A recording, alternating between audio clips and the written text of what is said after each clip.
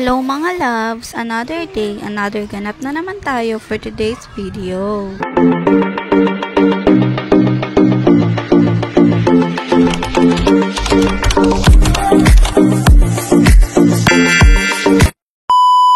At dahil nga wala namang pasok si daddy dahil nga linggo ngayon, may magbabantay sa anak ko at makakapagtupi na rin ako ng mga damit namin. Nadagdagan nga rin pala yung mga tupiin ko dahil nga naglaba ako kanina at ipinasok ko rin yung mga nakasampay na damit namin sa labas. Nilabahan ko na nga rin pala yung mga natitira naming labahan para naman kukunti na lang din yung lalabahan ko sa mga susunod na araw. Isinabay ko na nga din yung uniform at pantalon na ginamit ni daddy kahapon dahil nga napakadudumi na rin ito. At dahil wala din naman kaming ganap ngayong Mother's Day. Dahil nga wala naman kaming budget para mag-celebrate, kaya naman dito na lang din ako sa bahay para naman magawa yung mga dapat kong gawin. Sana nga lang ganito talaga kabilis pag nagtutupi para naman ganahan man lang ako araw-araw. Kaya lang iba talaga sa totoong buhay. Bago ko nga pala makalimutan, Happy Mother's Day nga pala sa lahat ng nanay at sa lahat ng mga tumatayong ilaw ng tahanan sa bawat pamilya. Mapapasana all ka na lang talaga sa may mga nanay pa. Mga nakakasama pa nila at napagsasabihan pa nila ng problema. Kami kasi halos 17 years na din na walang binabati tuwing Mother's Day. Meron din naman kaming nababati na iilan. Yun yung mga nanay na mga tinuturing namin simula nung naulila kami magkakapatid. Pero hindi na rin naman mahalaga sa amin kung may celebration o wala. Ang mahalaga lang naman sa akin ay malusog ang pamilya ko at lalong-lalo na mga anak ko. Kesa naman mag-celebrate tayo at gagastos ng malaki. Tapos kinabukasan nga.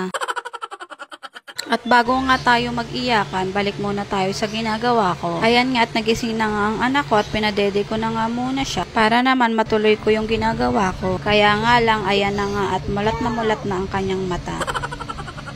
Hindi na nga natulog at hindi ko na talaga matatapos ang ginagawa ko. Kukunti na lang din naman yan at ilalagay ko na lang din muna sa mga lagayan nila at yung natitira ay sa sunod na lang din. Napakaingay kasi ng mga batang naglalaro sa labas kaya naman nagising agad ang anak ko. Imbis nga natapos ko na yung mga gawain ko hindi at naputol na naman. Ang araw na naman to bago ko ulit magalaw yung tupiin na yan. Minadali ko na nga lang din to dahil nga ginugulo ulit ng anak ko yung mga tinupi ko. At nang matapos na nga ako ay niyaya ko nga yung anak ko na pumunta sa taas. Wala na din naman kasing masyadong init sa taas at mahangin na rin. Ang tagal ko na rin hindi nakakaakyat dito dahil nga nakakapagod at hinihingal agad ako kahit ilang hakbang pa lang. Andito pa nga yung swimming pool ng kapitbahay na dahil dito nga sila naligo yung mga anak nila. Maganda rin naman magtambay dito kaya lang nakakapagod lang talaga umakyat. Upo lang din naman kami saglit at nagpahangin lang at pagkatapos nun ay bumaba na din agad kami. At yan na lang din po muna for today's video. Thank you for watching everyone. Ingat and God bless.